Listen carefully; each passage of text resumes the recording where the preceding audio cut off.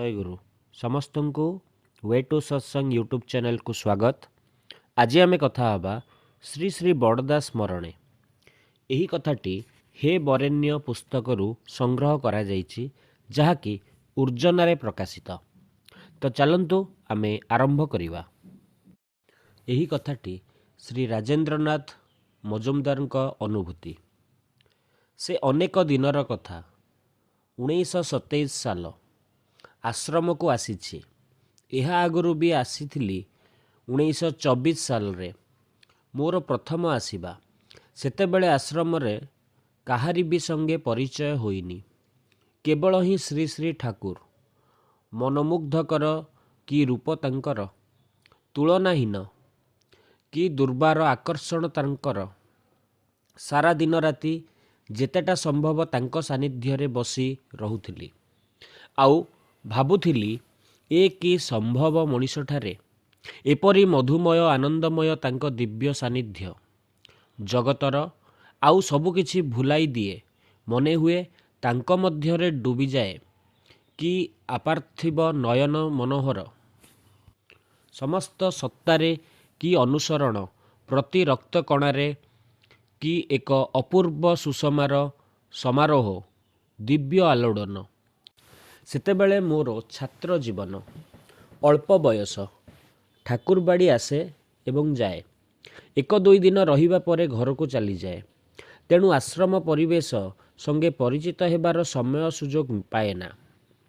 किंतु एथर जे आसीछि ता स्थायी भावे तांको सेबारे जदि लागे ए अकिंचन जीवन जदि तांकर अपार करुणारे सार्थक हुए। देखिली मोर समबयसी पूर्व परिचित अनेक आश्रम को स्थायी कर्मी होई आसीछंती। सेमानंक संगे बेस भाव जमी उठिला। श्री श्री ठाकुरंक सानिध्य रे बसे आउ बुलीबाली सबु देखे। एकदम नूतन जीवन, नूतन व्रत। सेतेबेले भी कार्य रे डूबी जाइनी। धीरे धीरे आश्रमर अनेकंक संगे अनेक किछि संगे परिचय हेबाकू लागिला। चमत्कार परिवेश, बेस भल लागिला। एपरी दिने देखिली गोटे 14-15 वर्षर युवक बंधु परिवृत होई चलीछंती। देखिबाकू परिस्फुटित सुंदर, छिमछान पतला, गोटे चाउलरे गढ़ा, बुद्धिदीप्त मुखमंडल, हस खुशी रे उच्छल स्वतः ही आकर्षण करे। मोर जणे बंधुस्थानीय कर्मी को पचारिली, किए एई युवक? मो बंधु धमक देई कहिले, किछि जानना देखुची, ठाकुरंक बड़ पुओ।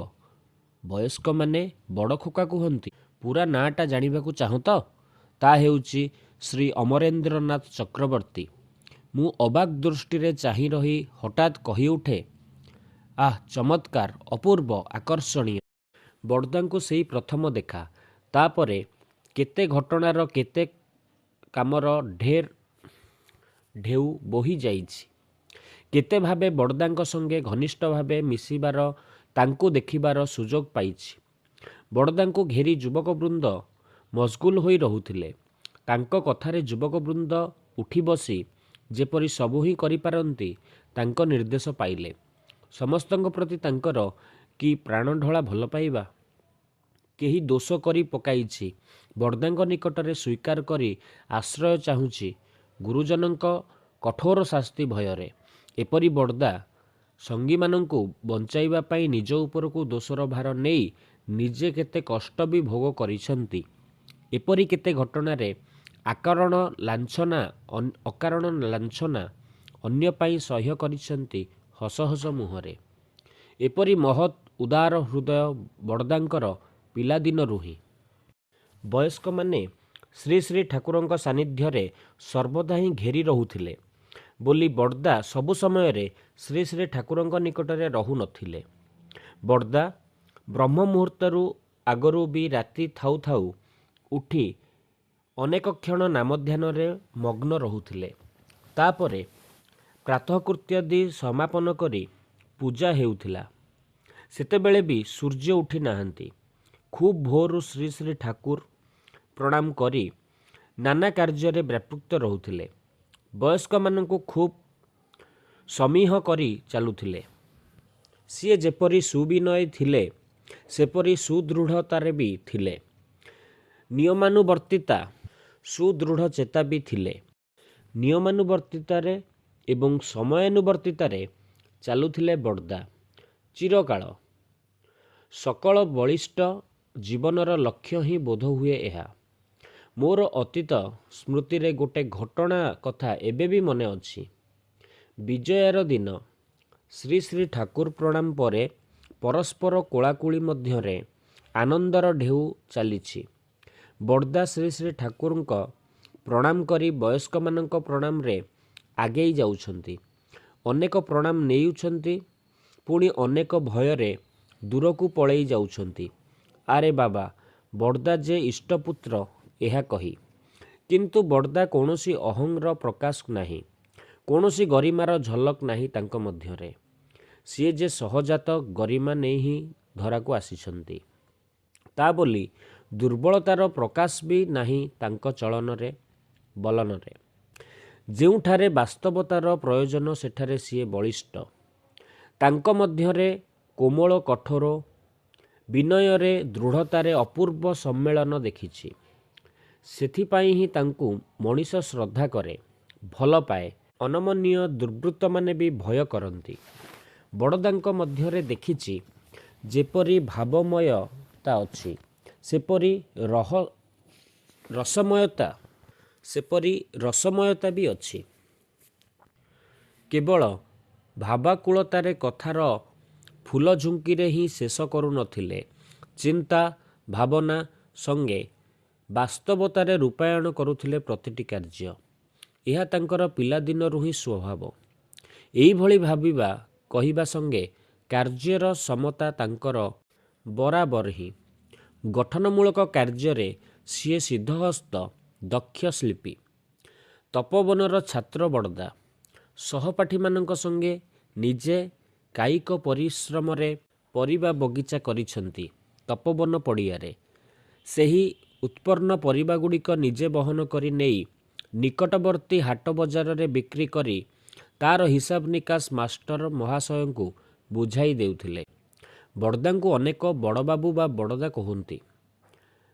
ଆଖପାଖ ଗ୍ରାମର ମୁସଲମାନମାନେ ବି ବଡ଼ଦାଙ୍କର ଖୁବ୍ ଅନୁଗତ ଏବଂ ସମ୍ମାନ ଶ୍ରଦ୍ଧା କରନ୍ତି। ସେମାନଙ୍କର ବିପଦ ଆପଦରେ ବଡ଼ଦା ନିକଟରେ ସେମାନଙ୍କର ସୁଖ ଦୁଃଖର କଥା କହନ୍ତି। ବଡ଼ଦା ବି ସେମାନଙ୍କର ଯଥାସାଧ୍ୟ ସହାନୁଭୂତିରେ ବାସ୍ତବ ସାହାଯ୍ୟରେ ସମସ୍ୟାର ସମାଧାନ କରି ନିଅନ୍ତି। ଥରେ କେଇ ଜଣ ମୁସଲମାନ କୃଷକ ଆସି ଜଣାନ୍ତି ସେମାନଙ୍କର ସମୂହ ବିପଦ। ସେମାନଙ୍କର ଜମିରେ ଆଳୁ କଦଳୀ ଫଳିଛି, ଆଉ ସେସବୁ ନଷ୍ଟ କରି ଦେଉଛି ଗୋଟେ ବନ୍ୟ ଘୁଷୁରି। ବଡ଼ଦା ସବୁ ଶୁଣି ଆଶ୍ୱାସ ଦେଲେ, ଦେଖାଯାଉ କ'ଣ କରାଯାଇ ପାରିବ। ବଡ଼ଦାଙ୍କ ଚିନ୍ତାର ଅବଧି ନାହିଁ। ଗରିବ କୃଷକ ଭାଇମାନଙ୍କୁ ରକ୍ଷା କରିବାକୁ ହେବ ଅବିଳମ୍ବେ। ପରଦିନ ହିଁ ଯୁବକବୃନ୍ଦଙ୍କୁ ନେଇ ଖାଲି ପାଦରେ ସେହି ବନ୍ୟ ଘୁଷୁରି ଶିକାରରେ ବାହାରି ପଡ଼ିଲେ। ଜମିର ଆଖପାଖରେ ବେଶ୍ ଝାଡ଼ ଜଙ୍ଗଲ, କଣ୍ଟା ବଣ ବି ଅଛି। ଘୁଷୁରି ତାରି ମଧ୍ୟରେ ହିଁ ଲୁଚି ରହିଥାଏ। ନିର୍ଭୀକ ବଡ଼ଦା ଦୃଢ଼ ପଦକ୍ଷେପରେ ଦ୍ରୁତ ସେହି ବଣ ଆଡ଼କୁ ଯିବାକୁ ଲାଗିଲେ। ଏକାକୀ ସଙ୍ଗୀମାନେ ବେଶ୍ ପଛେଇ ଯାଇଛନ୍ତି। ସମସ୍ତେ ଚିତ୍କାର କରି ଉଠିଲେ, ବଡ଼ଦା ଯାଆନ୍ତୁନି, ଭୀଷଣ ହିଂସ୍ର ଜନ୍ତୁ, ଘାଇଲା କରି ପକାଇବେ ଯେ। ବଡ଼ଦାଙ୍କର ସେ ଦିଗରେ ଭ୍ରୂକ୍ଷେପ ହିଁ ନାହିଁ। ସମସ୍ତେ ବଡ଼ଦାଙ୍କ ଆଡ଼କୁ ଛୁଟିବାକୁ ଲାଗିଲେ। ପଛରେ ବିପଦ ଆସିପାରେ। ବନ୍ଧୁକର ଶବ୍ଦ କରି ବଣ ଜଙ୍ଗଲ ଆଲୋଡ଼ନ କରି ଘୁଷୁରିଟାକୁ ବାହାର କରି ସେହି ଅଞ୍ଚଳରୁ ବହୁ ଦୂରାନ୍ତକୁ ତଡ଼ିଦେଲେ। ଏ ହେଉଛନ୍ତି ଆମମାନଙ୍କର ବଡ଼ଦା। କିଛିରେ ହିଁ ଯା'ଙ୍କର ଭୟ ନଥିଲା। ଏହି ଘଟଣା ମଧ୍ୟରେ ଆସାଫ ଭାଇ ନାମକ ଜଣେ ବଳିଷ୍ଠ ମୁସଲମାନ ଯୁବକ ବି ଥିଲେ ବଡ଼ଦାଙ୍କ ସଙ୍ଗେ। ସେ ଖୁବ୍ ଅନୁଗତ ଥିଲେ, ବଡ଼ଦାଙ୍କୁ ଆପ୍ରାଣ ଭଲ ପାଉଥିଲେ। ସେହି ଜଙ୍ଗଲରେ ଦୌଡ଼ାଦୌଡ଼ିରେ ସମସ୍ତଙ୍କର ପାଦ କଣ୍ଟାରେ କ୍ଷତ ବିକ୍ଷତ ହୋଇଥିଲା। କିନ୍ତୁ ବଡ଼ଦାଙ୍କ ପାଦ ଦେଖି ଅବାକ୍ ହେଲେ ଆସାଫ ଭାଇ। ବଡ଼ଦାଙ୍କ ପାଦରେ ଯେ ଗୋଟେ ବି କଣ୍ଟା ଫୁଟିନି। ବିସ୍ମୟରେ ସେ କହି ଉଠିଲେ, ଦାଦା, ତୁମେ ମଣିଷ ନୁହେଁ, ଦେବତା। ଆଉ ଗୋଟେ ଘଟଣା। ଆଜିରପୁରର ବିଖ୍ୟାତ ବ୍ୟକ୍ତି ବୃନ୍ଦାବନ ଚନ୍ଦ୍ର ଅଧିକାରୀ ପାବନା ଜଜ୍ କୋର୍ଟରେ ଓକିଲାତି କରୁଥିଲେ। ଛୋଟ ହେଲେ ବି ସେମାନଙ୍କର ଗୋଟେ ଜମିଦାରୀ ବି ଥିଲା। ତାଙ୍କ ପୁତ୍ର ଅନିବାସ ଚନ୍ଦ୍ର ଅଧିକାରୀ MA BA LLB ଆଡ଼ଭୋକେଟ୍ ଆମମାନଙ୍କର ଆକୁଦା। ପରବର୍ତ୍ତୀ କାଳରେ ଉତ୍ତରାଧିକାରୀ ସୂତ୍ରରେ ସିଏ ପାବନା କୋର୍ଟରେ ଓକିଲାତି କରନ୍ତି। ଓକିଲାତିରେ ବେଶ୍ ସୁନାମ ଅର୍ଜନ କରିଛନ୍ତି। ବିଶେଷ ସମ୍ମାନୀୟ ବ୍ୟକ୍ତି। ଆକୁଦା ଆଶ୍ରମକୁ ଆସନ୍ତି ଯାଆନ୍ତି। ଶ୍ରୀ ଶ୍ରୀ ଠାକୁରଙ୍କ ପ୍ରତି ବିଶେଷ ଭକ୍ତି ଶ୍ରଦ୍ଧା ତାଙ୍କର। ସେ ସମୟରେ ମୁସଲିମ ଲିଗ୍ର ଯୁଗ। ଦେଶରେ ପରିବେଶ କ୍ରମଶଃ ବଦଳି ଯାଇଛି। ସେମାନଙ୍କର ଖୁବ୍ ଦବଦବା ଚାଲିଛି ସେତେବେଳେ। ଏପରି ସମୟରେ ଆକୁଦାଙ୍କର ଜଣେ ଭାଇ ସେମାନଙ୍କ ଜମିଦାରୀର ଖଜଣା ଆଦାୟ କରିବାକୁ ଯାଇ ଜଣେ ଦୁର୍ଦ୍ଧର୍ଷ ମୁସଲମାନ କର୍ତ୍ତଙ୍କୁ ଅପମାନିତ ଦେଲେ। ତାର କୌଣସି ଉପଯୁକ୍ତ ପ୍ରତିକାର କରି ନ ପାରି କ୍ଷୋଭରେ ଦୁଃଖରେ ଆକୁଦା ସବୁ ଘଟଣା ଶ୍ରୀ ଶ୍ରୀ ଠାକୁରଙ୍କ ନିକଟରେ ଜଣାଇଲେ। ଶ୍ରୀ ଶ୍ରୀ ଠାକୁର ବଡ଼ଦାଙ୍କୁ ଜଣାଇବାକୁ କହିଲେ। ବଡ଼ଦା ଶୁଣିଲେ ସବୁ ଘଟଣା। ବ୍ୟଥିତ ବି ହେଲେ ଖୁବ୍। କି ବିହିତ ବ୍ୟବସ୍ଥା କରାଯାଇ ପାରିବ ଭାବିବାକୁ ଲାଗିଲେ। ଦିନେ କେଇ ଜଣ ଅନୁଗତ ମୁସଲମାନ ଭାଇମାନଙ୍କୁ ଡାକି ଏହାର ଗୋଟେ ବ୍ୟବସ୍ଥା ପାଇଁ କହିଲେ। ସମ୍ମାନନୀୟ ବ୍ୟକ୍ତିଙ୍କୁ ଏହି ଭାବେ ଅପମାନ। ପ୍ରାୟ 300 ମୁସଲମାନ ଏକତ୍ରିତ ହୋଇ ସେହି ଅପମାନକାରୀର ଘରକୁ ଯାଇ ତାକୁ ଏପରି ଭାବେ କହିଲେ ଯେ ସେ ଭୟରେ ଏବଂ ଅନୁଶୋଚନାରେ ଆକୁଦାଙ୍କ ଭାଇଙ୍କ ହାତ ପାଦ ଧରି କ୍ଷମା ପ୍ରାର୍ଥନା କରିଲେ। ଏହିଭଳି ସହଜ ନେତୃତ୍ୱ ଏବଂ ପ୍ରଭାବ ଥିଲା ହିନ୍ଦୁ ମୁସଲମାନ ନିର୍ବିଶେଷରେ ସମସ୍ତଙ୍କ ଉପରେ ବଡ଼ଦାଙ୍କର। ସମସ୍ତେ ହିଁ ବଡ଼ଦାଙ୍କୁ ଭଲ ବି ପାଉଥିଲେ ଖୁବ୍। ଆଶ୍ରମରେ ସେତେବେଳେ ଅନେକ ଯୁବକ। ସେମାନେ ନିଜ ମନେ ମନେ ଖିଆଲ ଖୁସିରେ ବୁଲାବୁଲି କରୁଥିଲେ। ଅନେକ ହିଁ ଏହିଭଳି ଭାବେ ବେଚାଲ ଚଲାରେ ନଷ୍ଟ ହୋଇ ଯାଇଛନ୍ତି। ବଡ଼ଦା YMSA ନାମରେ ଗୋଟେ ଯୁବ ସଂଘ ଗଢ଼ି ତୋଳିଲେ ଏବଂ ଝିଅମାନଙ୍କ ପାଇଁ ପୃଥକ ବିଭାଗର ବ୍ୟବସ୍ଥା କରିଲେ। ସେମାନଙ୍କୁ ନେଇ ଶାରୀରିକ ବ୍ୟାୟାମ ଚର୍ଚ୍ଚା, ଲାଇବ୍ରେରୀ ଏବଂ ଖେଳାଖେଳିର ବନ୍ଦୋବସ୍ତ କରିଲେ ଏବଂ ରୋଗୀ ପରିଚର୍ଯ୍ୟା, ଦୁସ୍ଥ ଲୋକଙ୍କ ସେବା ପ୍ରଭୃତି ଲୋକହିତକର କାର୍ଯ୍ୟରେ ଲଗାଇଲେ ସମସ୍ତଙ୍କୁ। ବଡ଼ଦାଙ୍କ ସ୍ନେହ ଭଲ ପାଇବାରେ ପ୍ରେରଣାରେ ସମସ୍ତେ ଉତ୍ଫୁଲ୍ଲ ହୋଇ କର୍ମମୁଖର ହୋଇ ଉଠିଲେ। ବଡ଼ଦାଙ୍କର କଲ୍ୟାଣପ୍ରସୂ ସଂଗଠନୀ ଶକ୍ତିରେ ଦୀପ୍ତ ପ୍ରକାଶ ଭଙ୍ଗୀରେ ତଦାନୀନ୍ତ ବୟସ୍କମାନେ ବି ତାଙ୍କର ସୁଦୃଢ଼ ବ୍ୟକ୍ତିତ୍ୱର ସ୍ପର୍ଶ ଅନୁଭବ କରୁଥିଲେ, ମୁଗ୍ଧ ହେଉଥିଲେ। ପଦ୍ମାର କୂଳରେ ଆଶ୍ରମ ଆରମ୍ଭ। ଉତ୍ତର ଦିଗରୁ ପ୍ରସାରିତ ହେଉଛି। ନାନା କର୍ମାନୁଷ୍ଠାନ ଗଢ଼ି ଉଠୁଛି। ସେ ଅନେକ ପୂର୍ବର କଥା। ଦିନେ ଶ୍ରୀ ଶ୍ରୀ ଠାକୁର ଉତ୍ତର ଦିଗକୁ ଯାଇଛନ୍ତି। କେଷ୍ଟଦା ଏବଂ ଆମେମାନେ ଅନେକ ସଙ୍ଗେ ସଙ୍ଗେ ଯାଉଛୁ। ରାସ୍ତାଟା ବଡ଼ଦାଙ୍କ ଘରର ପାଖ ଦେଇ ଯାଇଛି। ଶ୍ରୀ ଶ୍ରୀ ଠାକୁର ବଡ଼ଦାଙ୍କ ଘର ନିକଟରେ ଆସି ଠିଆ ହେଲେ। କେଷ୍ଟଦାଙ୍କ ଆଡ଼କୁ ଚାହିଁ କହିଲେ, ଦେଖନ୍ତୁ କେଷ୍ଟଦା, ବଡ଼ଖୋକା କିପରି ସ୍ୱାବଲମ୍ବୀ। ମୋ ନିକଟରୁ କିଛି ଚାହେଁନା। ଲୋକଙ୍କ ପାଇଁ କରେ ବି ଖୁବ୍। ତାର ତୀକ୍ଷ୍ଣ ବୁଦ୍ଧି ଅଛି। ମଣିଷ ପାଇଁ ଦରଦ ବି ଅଛି।